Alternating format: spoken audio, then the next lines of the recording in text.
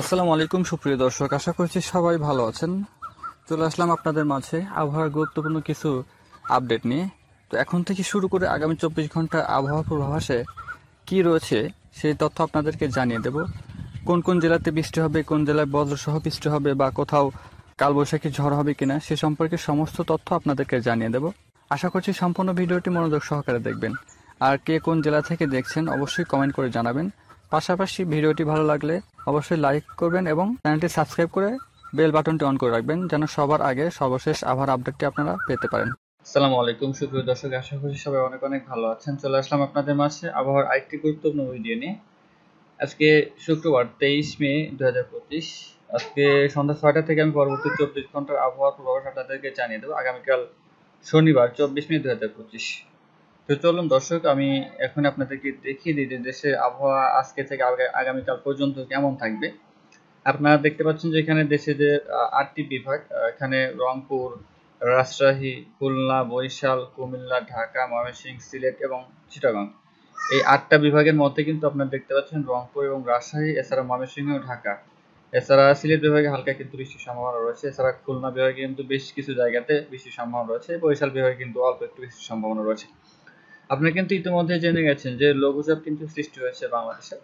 লঘুচাপটি কিন্তু বর্তমানে ঘনীভূত হচ্ছে। এটা 27 তারিখে বড় ধরনের একটা আঘাত হানতে পারে বলে আবহাওয়া অফিস থেকে এরকমই জানানো হয়েছে। বড় ধরনের ঘূর্ণিঝড়ের রূপ নিতে পারে লঘুচাপটি।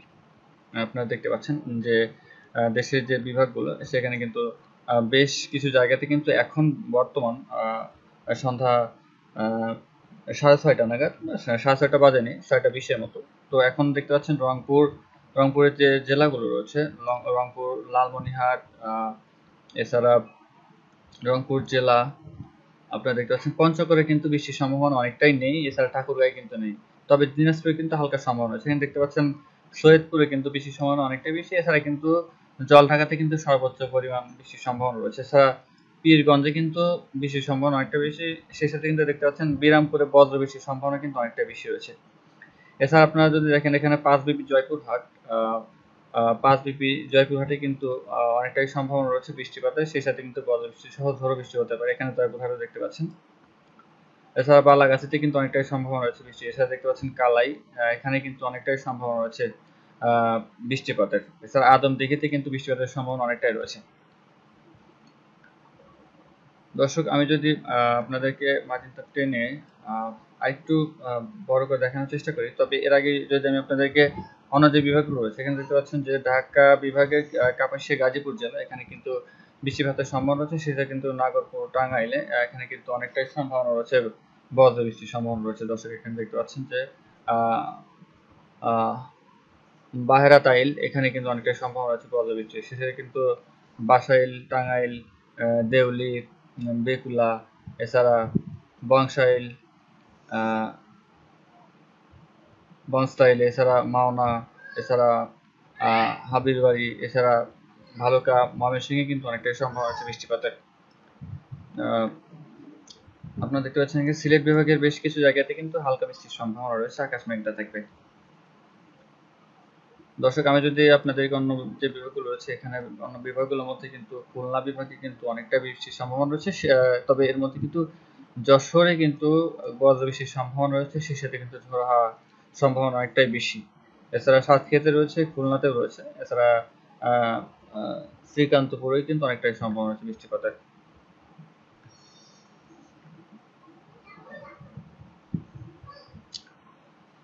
এছাড়া কিন্তু বরিশালে কিন্তু হালকা কিছু জায়গাতে কিন্তু বৃষ্টির সম্ভাবনা রয়েছে। এছাড়া চট্টগ্রামেও কিন্তু এখন বর্তমানে পরিষ্কারই রয়েছে। দর্শক, আমি যদি মার্জিনটা টেনে আরেকটু আপনাদেরকে বর্ধিত করে দেখানোর চেষ্টা করি, সন্ধ্যা 7টা থেকে 8টা নাগাদ, আপনারা দেখতে পাচ্ছেন যে সন্ধ্যা 7টা থেকে 8টা নাগাদ কিন্তু আজকে দেশের বেশিরভাগ বিভাগে কিন্তু একদমই পরিষ্কার, মেঘলা আকাশ থাকছে না, একদমই পরিষ্কার। তবে বরিশাল বিভাগের অল্প কিছু জায়গাতে কিন্তু বৃষ্টির সম্ভাবনা রয়েছে, তবে সেটা খুব বেশি নয়।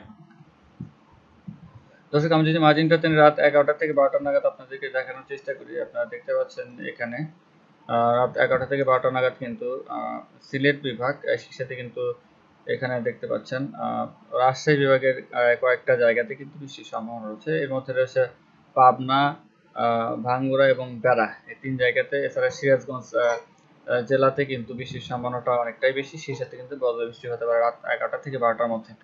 এছাড়া অন্যান্য যে বিভাগগুলো রয়েছে এবং জেলাগুলো রয়েছে দেশে, সেগুলো কিন্তু মোটামুটি পরিষ্কার বলা যায়। তবে সিলেট বিভাগের জগন্নাথপুরে কিন্তু বৃষ্টির সম্ভাবনা অনেকটাই বেশি। এছাড়া চকবাজার এবং ফিনারবাগে কিন্তু বৃষ্টির সম্ভাবনা রয়েছে। এছাড়া চরখাই, এছাড়া বড়লেখা দেখতে পাচ্ছেন এবং কুলাউড়া উপজেলাতে কিন্তু বৃষ্টির সম্ভাবনাটা একটু রয়েছে। দর্শক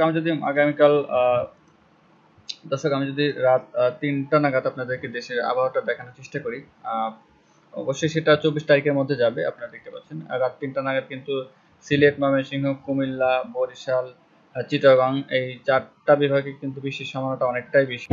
দর্শক আপনারা কিন্তু দেখতে পাচ্ছেন যে সিলেট, ঢাকা, রাজশাহী কিছু অংশ, এছাড়া কুমিল্লা এবং চট্টগ্রাম, অর্থাৎ সিলেট এবং চট্টগ্রাম এই 2 বিভাগের উপরতে কিন্তু অনেকটাই ঝড় হওয়ার সম্ভাবনা রয়েছে, সেই সাথে কিন্তু বজ্রবৃষ্টির সম্ভাবনা রয়েছে।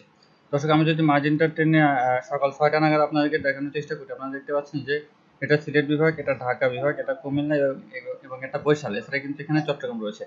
অর্থাৎ এই দিকের যে 4টা-5টা বিভাগগুলোতে কিন্তু বৃষ্টির সম্ভাবনা অনেকটা বেশি। আগামীকাল সকাল 6টার দিকে আমি যদি জুম করে আপনাদেরকে অঞ্চলগুলো বা এলাকাগুলো দেখানোর চেষ্টা করি, আপনারা দেখতে পাচ্ছেন সিলেটের মৌলভীবাজারে কিন্তু অনেকটা সম্ভাবনা রয়েছে। এছাড়া আমি যদি উপজেলা পর্যায়ের জায়গাগুলোর আবহাওয়ার বার্তা আপনাদেরকে জানানোর চেষ্টা করি, এখানে দেখতে পাচ্ছেন জগন্নাথপুর, বালাগঞ্জ, বড়লেখা, কুলাউড়া, মৌলভীবাজার, কমলগঞ্জ, এছাড়া কিন্তু হবিগঞ্জে কিছু জায়গাতে কিন্তু বৃষ্টিপাতের সম্ভাবনা অনেকটা বেশি।